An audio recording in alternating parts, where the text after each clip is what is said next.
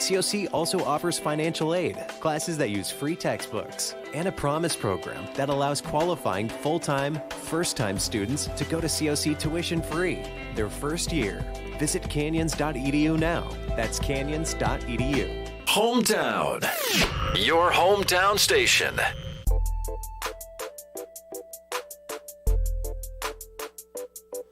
Well, welcome everyone. This is Your Money Path with Mike McGrath. I am your host, Mike McGrath. Thanks for joining us today.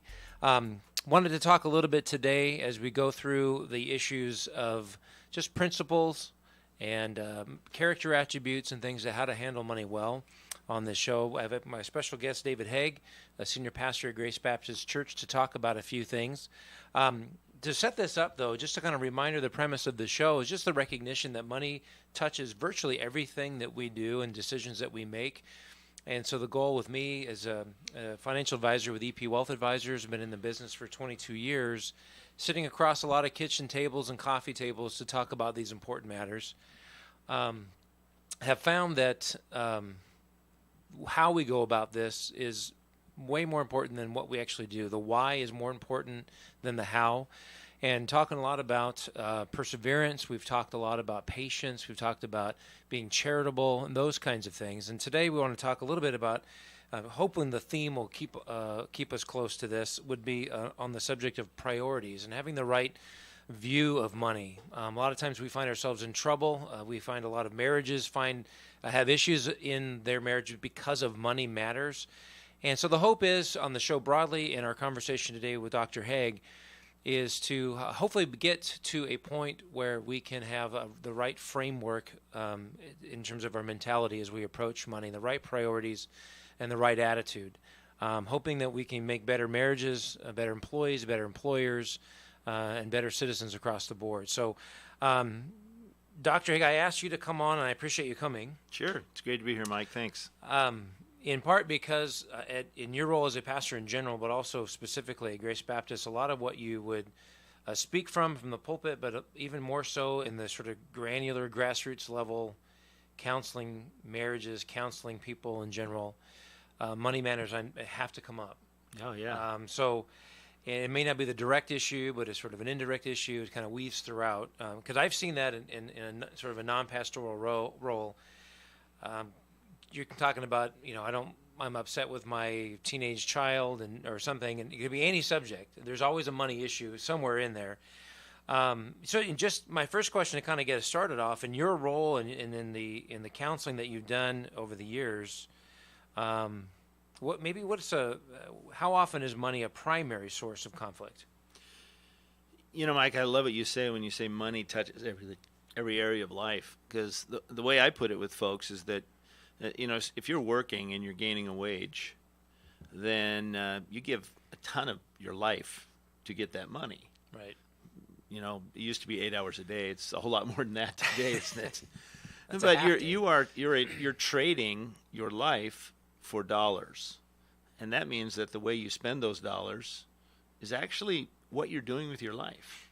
So the way you use your money is really how you're spending your life. And so when we, for instance, when we do counseling with couples and they've gotten themselves into a little bit of financial debt, and that creates great stress, or maybe they don't think they're making more money or need to make more money, and that brings about, well, what job should I be in? Should I go chasing a better job? This one gives me time at home, but if I'm on the road more, I can make more money. We have all those issues, and it all basically comes down to, what is your life worth? What are you trying to accomplish when you are living, and your dollars, the way you spend it, kind of helps you do that. So the question, how often does it come up? I think it's probably 90%. Okay. 90% of the times that I counsel with couples, even with staff, okay, it gets down to, either I'm not making the money I think I should, therefore I'm not valued, or it seems like no matter how many raises I get, or how many promotions I get, or how many sales I make, it still seems like we can't save, and that we don't have an emergency fund. So, the washer and dryer go out, so we put it on the Visa card. Those kinds of things always come back to, where are your priorities with your life and as well with your money? Well, I think sometimes in my experience, it may relate to some of what you were just saying, is a broader issue sometimes of contentment.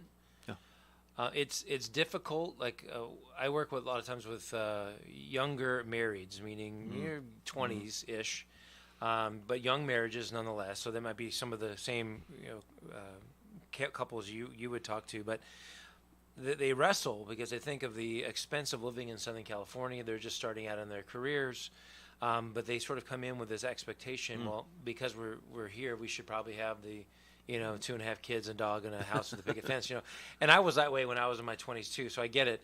And I don't think there's anything wrong with that desire, so that's not my point. But if we can't get it, then I'm going to go somewhere else to get it. So I'm going to go fly off to pick a spot around the country because it's too expensive here.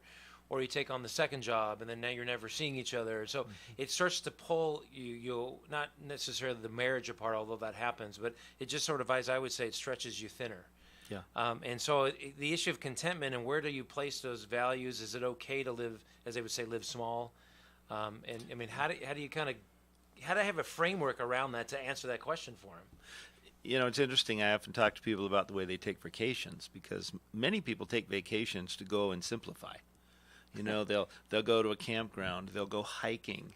And even if they're staying in a hotel, they go hiking, they get up on the mountain, they smell the fresh air. It's simple, right? And they're going, oh man! And then I was just talking to a guy who spent a month in Maui, and he basically didn't take his phone. Oh, and he wow. said it was amazing. He felt better, he slept better. So we have this paradox within ourselves. We have these competing desires. On the one hand, we grow up and we say, okay, I need a house. And I need a couple cars, and I need to be able to take a vacation, and my kids need to go to a private school, and we have all these things, but competing with that is this idea that, man, life has gotten so complex, right? And so and you talk fast-paced, and I'm running on the treadmill to try and gain enough money to do all these things I think will make my life good and happy, and most of the time it doesn't. Yeah, it just doesn't, and it goes back to, why are we here? And if I could just go on, I think it has to do with the story we tell ourselves. Well, our worldview, the way we look at life, is all based on the stories we tell ourselves. And if the stories we tell ourselves, a story says, if I don't have a house, I'm a loser. I see what you mean. If I say, if my kids can't go to private school, then I'm ruining them. We got to really understand that many of the stories we believe that kind of shape the way we live, and especially the way we look at material things, they're myths. Right? They're myths. Right. You can live simpler. I have a basic strategy that I actually learned from my sister, who said, when you get 100% of your income, save 10%, give away 10%, and learn to live on 80%. Okay. With contentment. And as a pastor, I believe that contentment is finding that what God has given me is really enough. Right. It's enough. There's another writer that I have followed for some years now by the name of Carl Richards, and fairly young guy, but he was a financial advisor, and I probably will somewhat butcher his story, but the gist of it was, before the Great Recession hit, he bought a home. He moved from Utah, where he's from. I believe it was down to Vegas. And as he told it, bought a house he probably shouldn't have because it was the hype of everything he wanted to, he got sucked into the whole, the idea of that age, I guess. But the idea was he bought this house he shouldn't, and then of course the market crashes. His business didn't go under, but it was struggling because we all were at that point. As I say, we still go to therapy over that period of time. So, and he ended up having to lose the house. And so he had decided, okay, I should not be giving any financial advice. I got sucked into the same thing that I would tell other people not to get sucked into. And he was looking for a different career. And it was his father who said, no, that's exactly why you should stay in this, because you live with it. He actually turned it around on him. So he started writing, and he does a piece for, I think it's New York Times. It's just these simple drawings that just kind of take complex ideas or philosophical ideas and just puts it in a real simple way. And that's kind of the point. Yeah. And so a lot of people follow him now just because he's gone through that experience. So in a sense, he figured the hard way as to what was where contentment can lie. And I would say, if someone comes to me and says, man, things have turned around at my job, I've lost my job or whatever, we're going to lose our house, I'd say that's okay.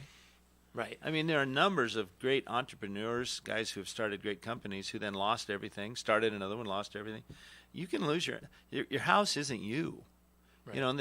In my world, we would call that an idol. If you make your house an idol, or your car, right. or your kid's education, you're really hurting yourself. Now, I would tell you my personal story. My wife and I got married back in, back when Moses was still, leading the children out of Egypt. But we never thought we'd have a house.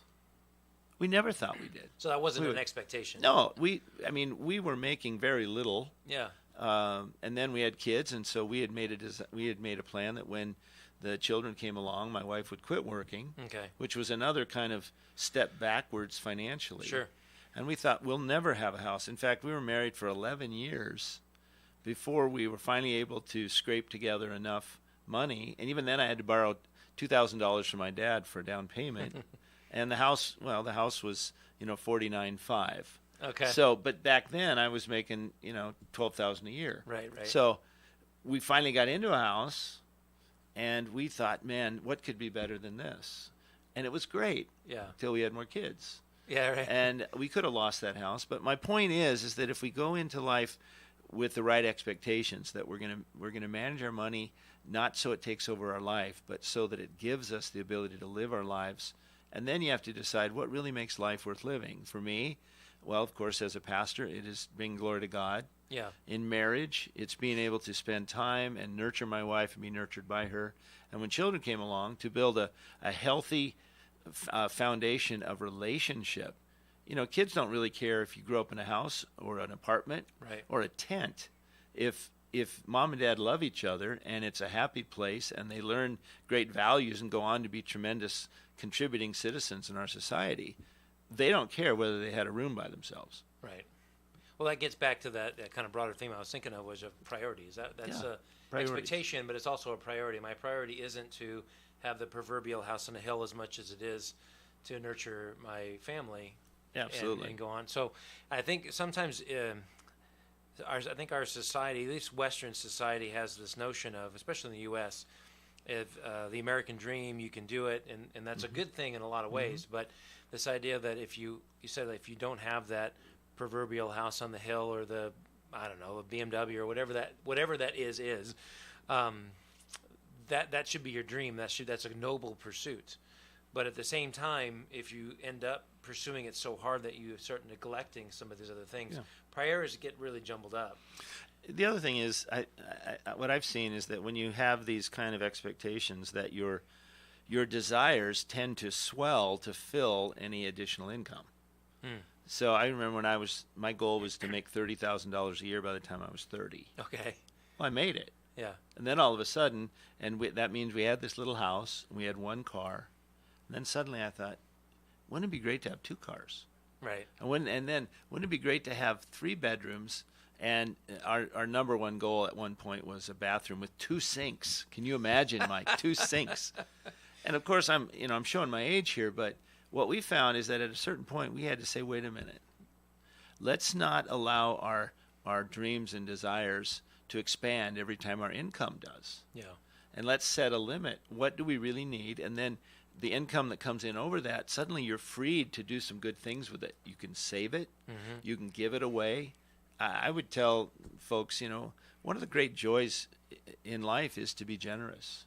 Yeah. And to find somebody who needs something and to be able to help them without any strings attached. Right. But so many folks have zero margin.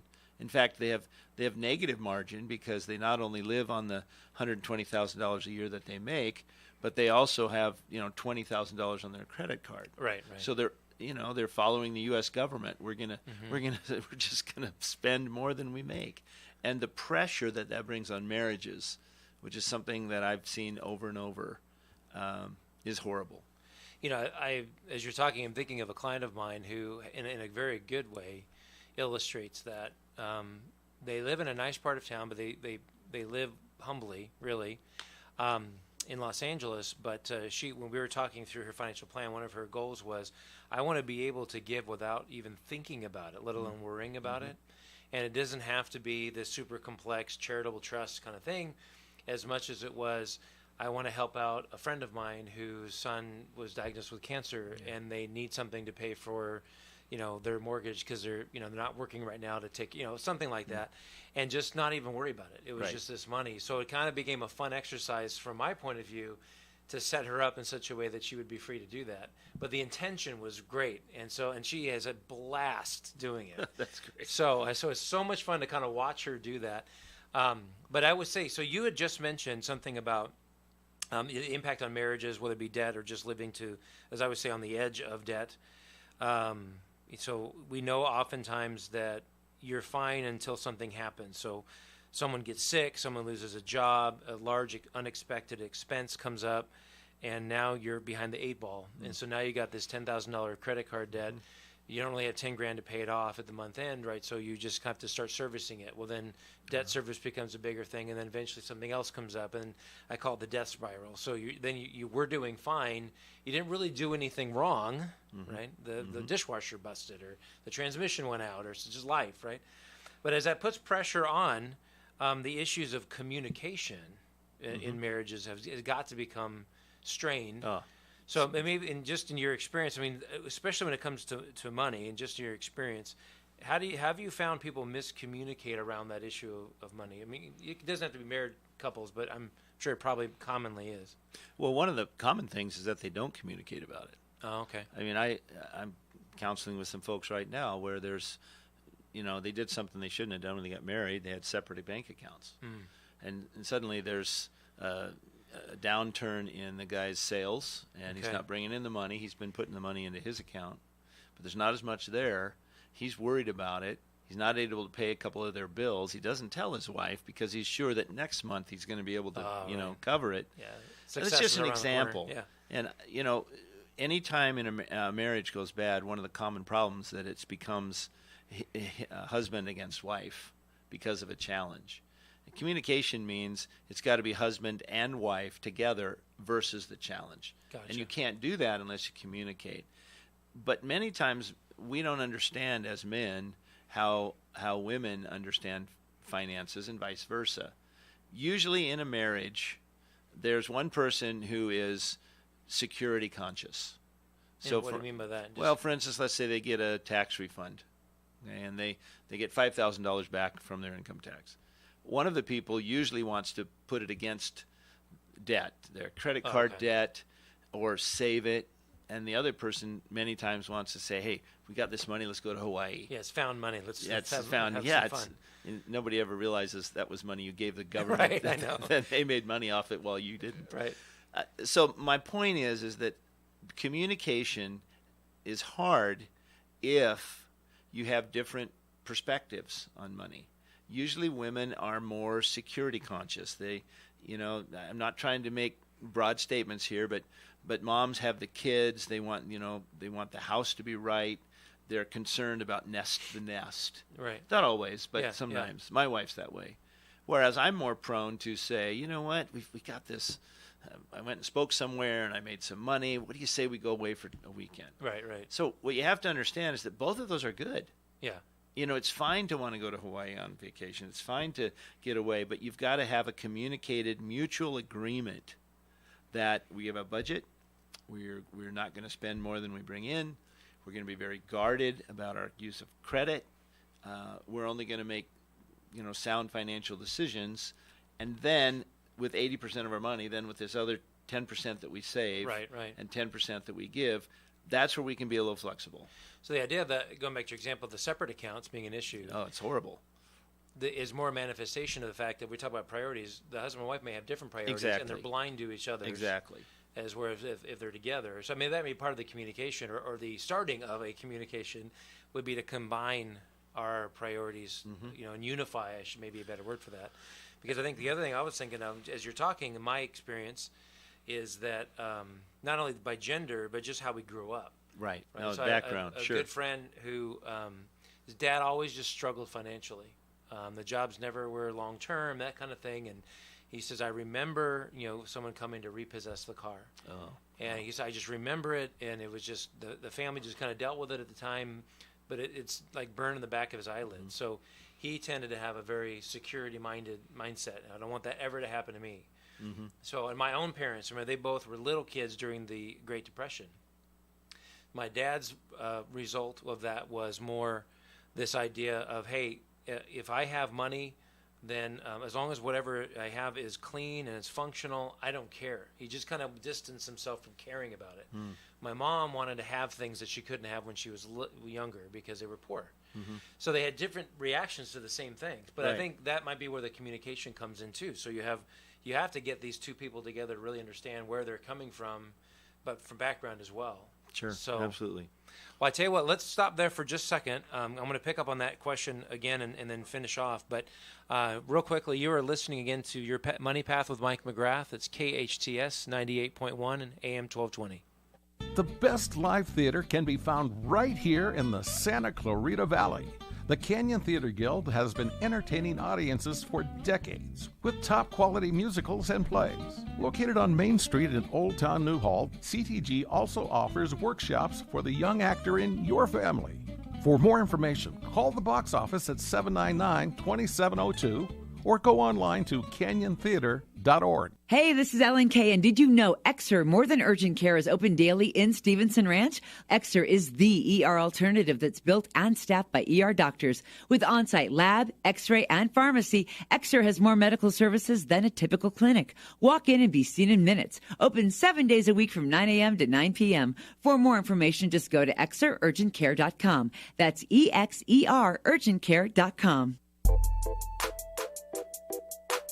Do you ever wonder, am I on the right path? Is my money working hard enough for me? I'm Mike McGrath, host of Your Money Path on the fourth Wednesday of every month at noon here on KHTS.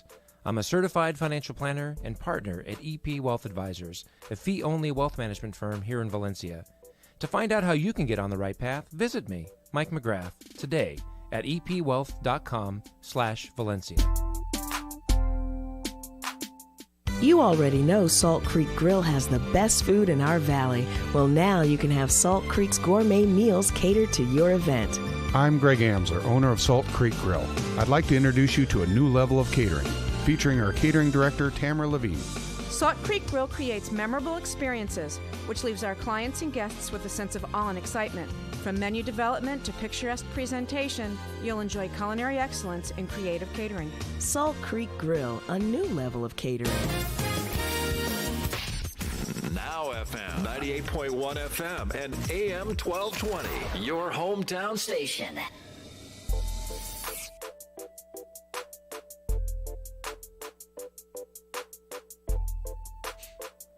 Well, welcome back, everyone, to Your Money Path with Mike McGrath. This is your host, Mike McGrath. We wanted to pick up our conversation from where we left off. We've been talking about the subject of priorities in how we handle money. This kind of weaves in and out in terms of our values and our worldview, as we've been discussing this with Dr. David Haig, who's the senior pastor at Grace Baptist Church here in Santa Clarita. Where we dropped off here, we were talking about the idea of communication, especially among married couples, in regards to money and how that can create conflict. Oftentimes we find that there's pressure on a marriage because of just different financial priorities among the husband and the wife. Also with just debt and things that are just putting outward pressure. So communication is key. And when we're on the commercial break, we were talking about how sometimes if there's, for the moment, plenty of income, plenty of good cash flow, discretionary income, sort of masks the need sometimes for that communication. If you can go out and spend what you need to spend and want to spend on a new car or some clothes or something, and it really doesn't affect you, not that big of a deal. But at some point, if there is a financial setback, then communication obviously becomes of paramount importance. So I would say to that comment, David, was the idea that we, as any counselor, whether it be from a church perspective as a pastor or from a professional perspective as an advisor, is to really coach and encourage that communication regardless, so that that framework is there. But I would say, we were just talking about how people grow up differently, genders might be a little bit different, very broadly speaking, and how they view it. How do you help in your sort of purview help people begin to facilitate healthy communication about, well, it could be about anything, but especially as money is a big part of that. I think what I try and do is get each of the husband and wife to be able to identify what is it that you, at the very basic of who you are, what is it that you care about?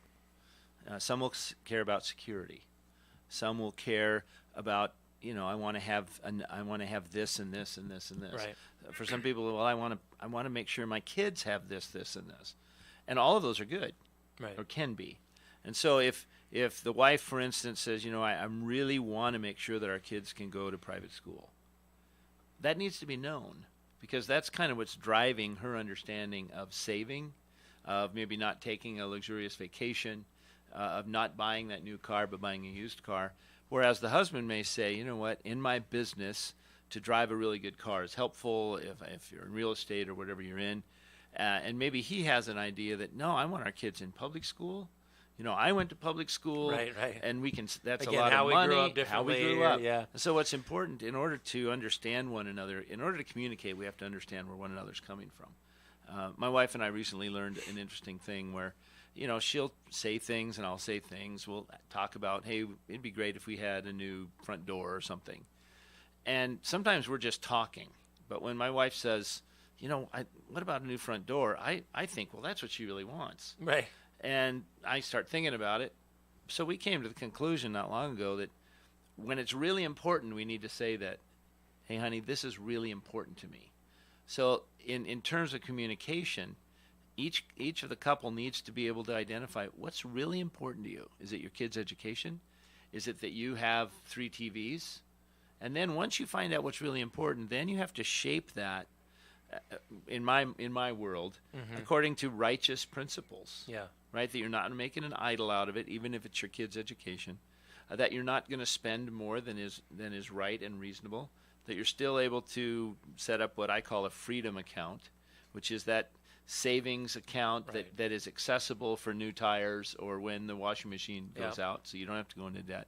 So once you figure out what matters, then you order what matters with what we would say biblical, godly principles of righteousness, so that you don't run into the problems ahead. Yeah, I think in our world, an interpretation of that would be when I meet with someone for the first time is I really want to endeavor to find out the why. Mm-hmm. Why are we doing whatever we're doing? I was talking to a gentleman just introduced to him yesterday, and he just sold his company. He's about to retire. He has I think a 1 or 2 year window where he has to still work for the company, but his eye is cast, further out on the horizon. And so I said, well, when you walk out the door for the last time of the company you spent 25 years building, what does that look like for you? What do you do the next morning? Like when you wake up the morning after, what do you do? And he just had this big grin on his face. And he says, I'm already got it planned. I'm going to Denmark. He started naming all these places he's going to go. And he's earned it.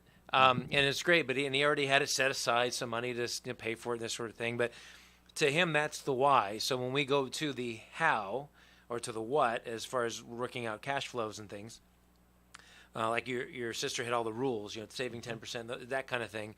It's kind of I always say bending to the will of the why, because if I don't know the why, I think it was Stephen Covey who said, before you start climbing the ladder, make sure it's leaning against the right wall. Yeah, that's good. And I don't know if he was the originator of that comment, but I said, okay, what's the wall? Where are we going to place the ladder first? Because then it's worth the effort, right? Because if I climb a different wall and say it's my wife and she's climbing a wall across the room, exactly. We're kind of not helpful to anybody. I'm thinking I'm doing great because I'm climbing this great ladder and I'm way up top on the top rung, and she's like, I'm way over here, buddy. Like, what are you doing? Right, and the distance between you makes communication very difficult. Right. So I think the why is key, and I think the how and the what is important too. I mean, you talked about, I always counsel, depending on the source of income and how consistent it is, general rule of thumb is 3 to 6 months, right, of your budget.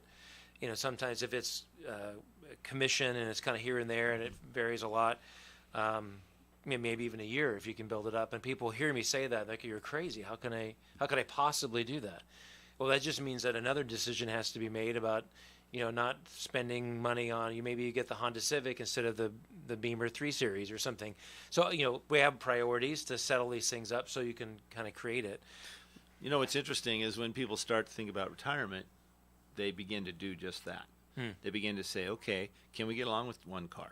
Do we want to sell our house, take all this proceeds that we're going to bring because we've been paying on it for 30 years and it's paid off and we've got all this equity, take it. Do we want to invest it in another house where there's lawn maintenance and property tax and all these things? Or do we want to simplify? Well, I think it's great to kind of have that mindset the whole time. Where can we simplify without losing quality of life, without damaging the home life that we're going to have and that our kids are going to have. I'm certainly not against having a house. I have one. Yeah, right. Right? And I love my house and I love the equity. Yeah. But as I look forward, in a number of years to retiring, I'm making decisions to simplify, to live on what I will be able to have. Right. And I think, wouldn't it be great to simplify some of those things now and bank that money or do something even more charitable with it? Well, I think the simplicity, if you can achieve it, allows for that stress to sort of subside a little bit. Well, like you were saying, I call it a freedom account. Yeah. Like this account where you lay up 3 to 6 months or whatever. Imagine the freedom that gives you. Even if you don't use it for, you build it up to a certain amount, but you have it there. Yeah. And now suddenly if your job asks you to move to Poughkeepsie, and you can say, wait a minute, we have enough money, we can wait, we can make a good decision about this. It gives us freedom. Right. The other freedom is, when the tires need replacing. Right, it's not on the Visa card. It's not on the Visa card. Yeah, I always tell people if the Visa company is sending you Christmas cards, you probably have not enough in your slush fund or your freedom account. So, so as you counsel people, another thing, and because you brought it up a couple times, is this idea of, I've taught classes before, in fact, in church even, and some of the response I got was, well, Mike, I just wanted you to tell me what the formula is. Right. How much do I save? How much do I give? How much? And you mentioned, your sister had one, and there's nothing wrong with any of that. It's sort of like the rule of thumb of saving 3 to 6 months of cash, and you can draw 4% of your portfolio, which is a little outdated, I think, in this era of low interest rates. But people use these general rules of thumb, and if they're used as general rules of thumb, that's great. But I think the more important thing is embedding the principle first. For example, you're someone who's maybe the husband-wife scenario you gave before, where her thing is private school, and that's sort of a definition of success. His might be the car he drives or something, but it's almost an identity thing, right? So because, and I'm making this up, but let's say she wants her kids to go to private school because that means that's sort of in her mind, that means I'm successful because I went to private school, or that's what all the rich kids when I was a kid did. And for him, maybe like you said, it's a job thing. You're looked down upon if you don't have a luxury car or something. Whereas identity should be much bigger than that and broader and deeper than that. It shouldn't, because the cars come and go and private schools can shut down. We've had charter schools lose their charter here in town. So, I mean, you thought you had it and then it's gone, right? I told people, my wife used to say in the Great Recession, she said, and it was actually a friend of mine said this too, they said, well, did people's God fail them, meaning their money? No. And I said, well, I guess in a sense, but that's why they were so upset, because they were set. Well, yeah, the God that they made money to be, yeah. That's what I mean. Right. It was like, well, they had set up to be this end-all.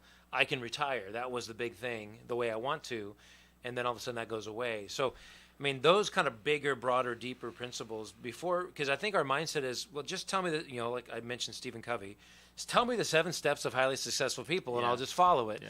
And those aren't bad things. They kind of give us a hook to kind of grab onto. But there's principles underneath all of that stuff. It's like, how do you bring that to bear? Well, I use the 80-10-10 with young couples and single guys too, and ladies, because most of them haven't started saving at all. Okay. I say, look, here's a paradigm. Maybe it's not 10% that you save. Maybe it's 4, but 4 is better than what you're doing now. Right, that's true. I mean, I run into some young guys, who have jobs and have the ability to start a 401k through their employer, and maybe their employer is even going to match some, and they're not saving anything. And, they're 28 years old. And I go, do you realize that if you just started saving $10 a paycheck and, $50 a month, and you just kept doing that and increasing it as you could, by the time you needed it to retire on, you would be a super wealthy person. Right. And so when you say there's these rules, you're right. The rules have to be adjusted to fit the person. But some people don't have any sense of generosity or savings. And I think to give them something, a good place to start. Let me turn this around real quick. So we're talking commonly about someone who isn't saving enough or who doesn't have enough savings. I heard a sermon actually from Francis Chan recently, where it was a challenge to folks for being too comfortable, and that the idea of comfort was the idol, as you're talking about. So it's people who, at least on a relative basis, and a lot of us, most of us, if you asked us in a blind survey that was anonymous and we felt safe, would say we did not feel wealthy. But I think if you compared it to most of the world, we're ridiculously wealthy. So, I mean, I don't know the exact stat, but I think most of the world, 2/3 of the world or whatever it is, lives on less than $2 a day, for example, right? That kind of a thing. Sure. And that was his point. And so turning around from a sense of lack to a sense of too much, in a sense, you can just walk away just feeling guilty about that, which I don't think really should be the end result. But if you have been blessed with some means, whether it's income, wealth, an inheritance, whatever the case might be, that's another sort of way of, it's the same core issue, but you're looking at it from a different perspective. How do you counsel someone like that? So because I wouldn't want someone to walk away from that feeling guilty, but rather saying, hey, I have a great opportunity here. Because I'd say it to all the time, money is a tool. We view it as the end mistakenly. It's really the means to an end. Right. And again, the idea of priority is what is the end for you? It gets into worldview and that sort of thing. Well, how do you counsel on that? Well, I hear people talk that way. People around the world live on $5 a day or $2 a day, which real sounds good. The fact of the matter is, most of us can't just pick up from where we are and go live in a third world country. True. I mean, I'm not sure what the point of that stat is, except to make us feel guilty so that we'll give more money to whatever mission agency or whatever. Yeah. And I'm not against giving money. I think what has to happen, to answer your question, is first people have to identify properly what their needs really are.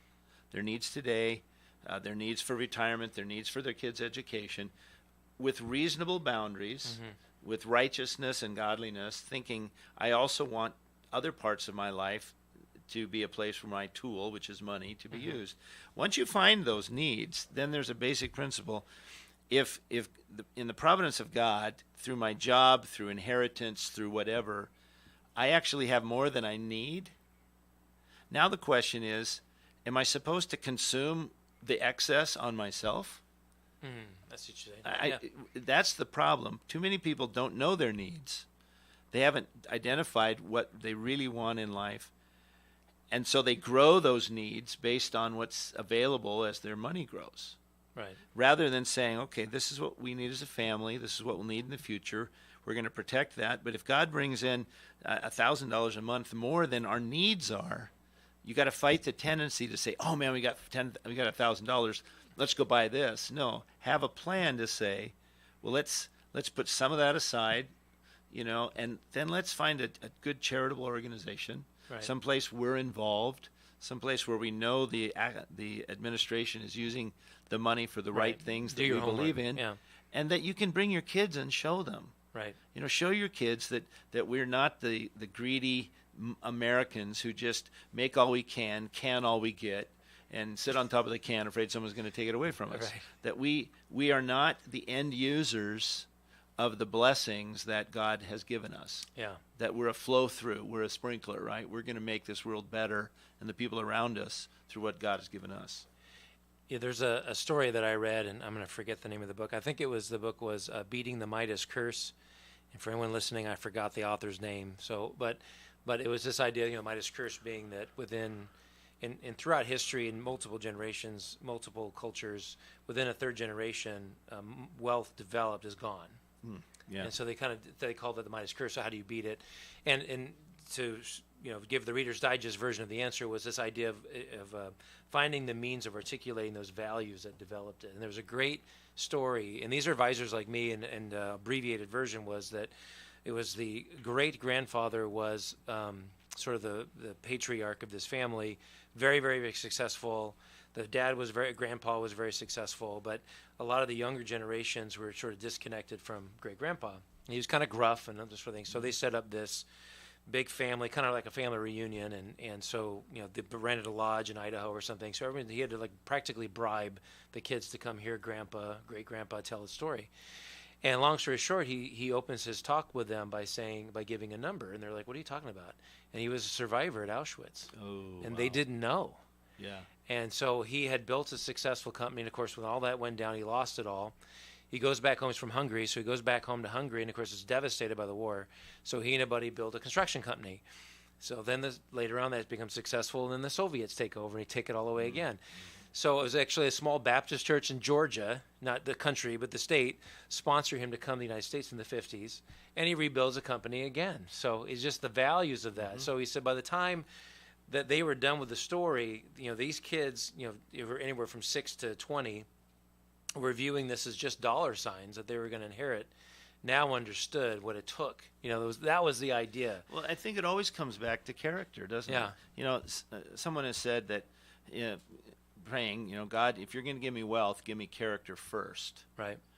Because if you give me wealth without character, it'll ruin me. I mean, just look at the pro athletes who have these multi-million-dollar salaries, but 10 years after the game, some of them are homeless. Right. Some of them are just destitute. And so I would say to your listeners, character is the only way that wealth will ever be satisfying. So if you have character, then bring your wealth, your needs, your desires into conformity with your character. So if you believe certain things are important, family, generosity, saving, simplicity, then bring your spending into conformity with it. And here's for those of you who don't have character. If you've really never thought, why am I here? Where did I come from? Where am I going? What's life about? Well, obviously, I'm super biased. I think the Bible teaches us all those things. But if you don't have character, my goodness, you'll never have enough money in your own mind. And you'll always be beset with those problems. I'm thinking of, as a parent, a lot of times the couples that you counsel, for example, are family as well. They have kids. Again, not my idea, but was an idea that you have, and the amount of money doesn't matter. But you tell your kids, probably, I'd say roughly 10 and older, hey, we as a family are going to give a charitable gift, let's say by the end of the year. Okay, say you're doing that now, it's August of 2018. So by the end of the year, we're going to divide that up by however many kids you have. You go out and you research who you think it should go to, why, everything you just mentioned about how much money goes to administration versus the cause and so on. And they have to present it back to the family almost like a board. It actually teaches them the values. That's great. And then they make the gift, and the caution was they'll probably make mistakes, so don't expect it, but they'll learn from it. So it could be $100, could be $1 million, it doesn't matter. And we're in the middle of trying that as a family, because again, it wasn't my idea, but I thought, well, that's a great idea, So my kids will banter back and we'll have dinner together, like, I was thinking about this, guys. It gets them involved in it. Again, speaking of that value. So might be just an encouragement to anybody out there. Again, it could be a very small amount of money. That's not the point. But anyway, that's good advice, because I think that the character, whether you have a lot or a little, and however you define a lot and a little, it still applies. So I tell you what, we're going to cut there real quick because we have to, as they say, pay some bills. So again, you're listening to Your Money Path with Mike McGrath. This is Mike McGrath on KHTS 98.1. Hi, it's Ashley with Waste Management. Have you ever heard the phrase, one bad apple spoils the bunch? The same is true for recycling. One non-recyclable item can spoil an entire load of otherwise good material. This may seem like a small issue, but it represents a huge problem that's preventing tons of recyclables from ever seeing a second life. Working together, we can do better by following 3 simple rules. Recycle all bottles, cans, cardboard, glass, and paper. Keep items clean and dry, and no plastic bags in the recycling. For more recycling tips, follow us on Twitter at WM_SoCal. Santa Clarita Philharmonic has begun its season of free concerts. The SCP is a non-profit community-based volunteer symphony orchestra comprised of local musicians from throughout the Santa Clarita Valley who are dedicated to providing quality classical music for the residents of the Santa Clarita Valley. Like the Santa Clarita Philharmonic on Facebook or visit santaclaritaphilharmonic.org for more information. again. Are you feeling tired, stressed, or just don't have the energy you used to? Did you know this could be related to decreased testosterone levels? Luckily, there's a safe, effective solution. Weeder Prime helps support healthy testosterone levels with clinically tested key ingredients. Just 2 capsules of Weeder Prime each day can help change your mood, energy, focus, body fat, and lean muscle. Feel the way you felt 10, 20, even 30 years ago. Rediscover your Prime with Weeder Prime. To find a retailer near you, visit WeederPrime.com. That's WEIDER Prime.com. Hometown. Your hometown station.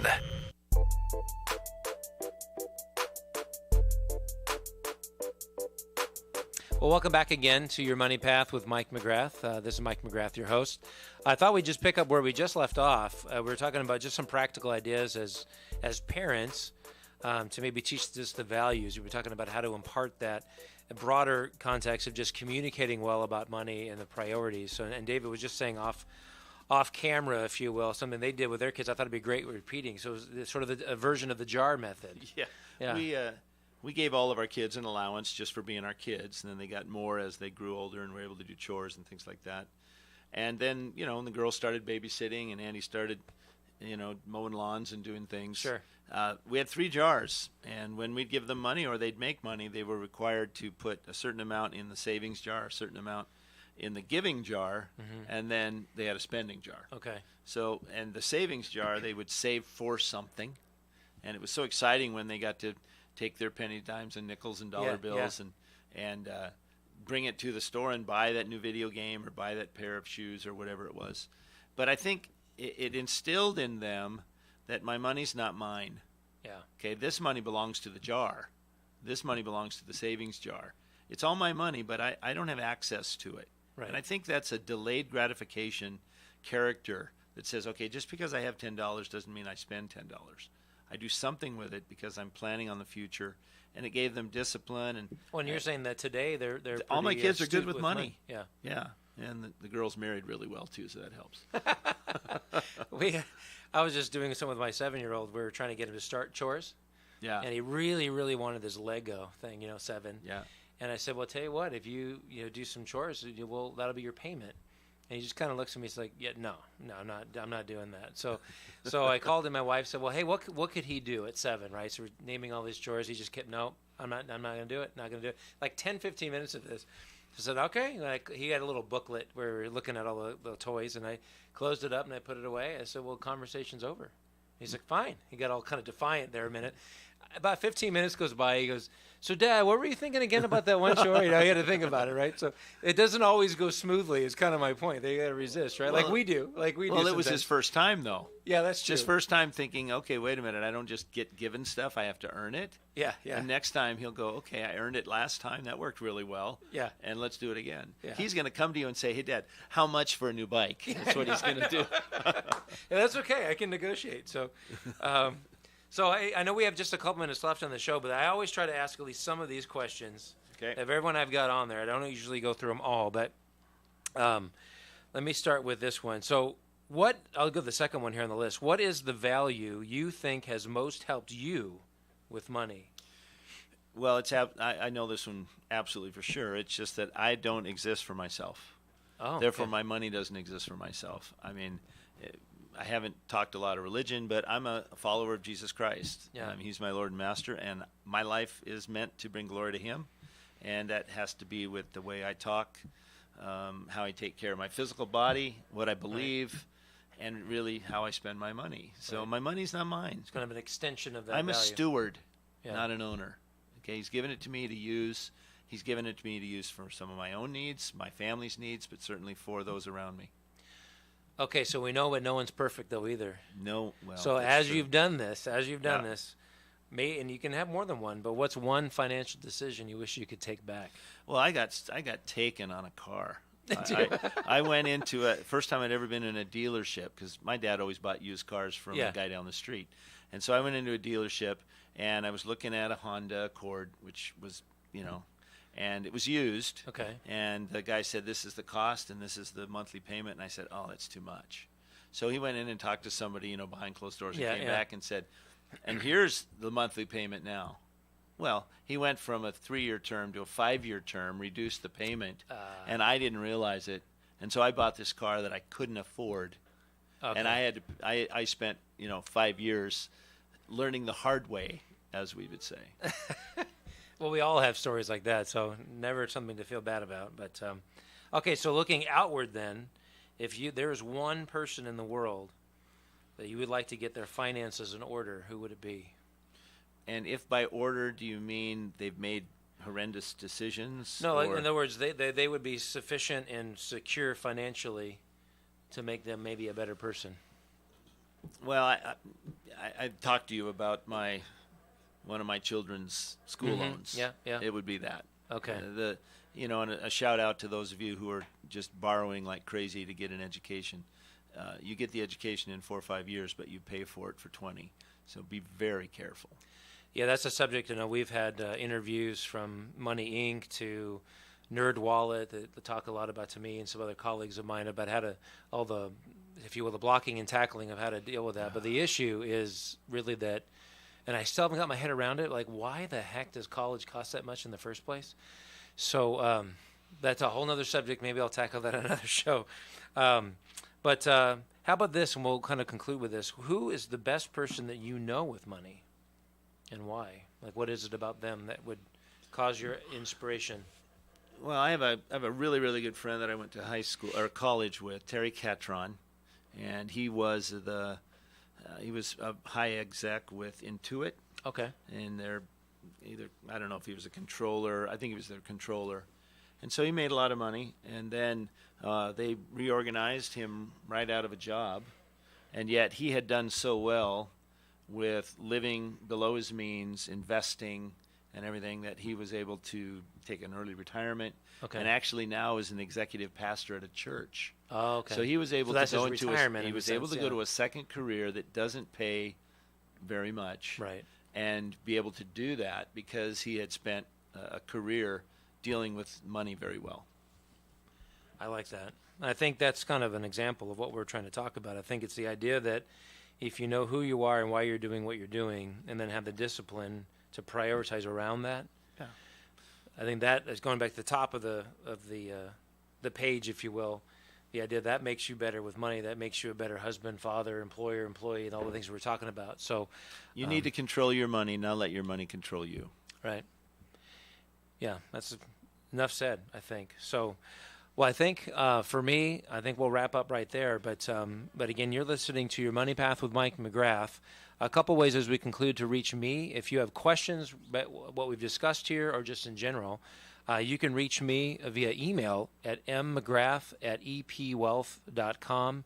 You can also go to epwealth.com/Valencia, which is our local page. And again, EP Wealth is a fee-only fiduciary advisory firm, registered investment advisory firm with offices throughout the West. Be happy to talk to any of you, and I appreciate your time listening today.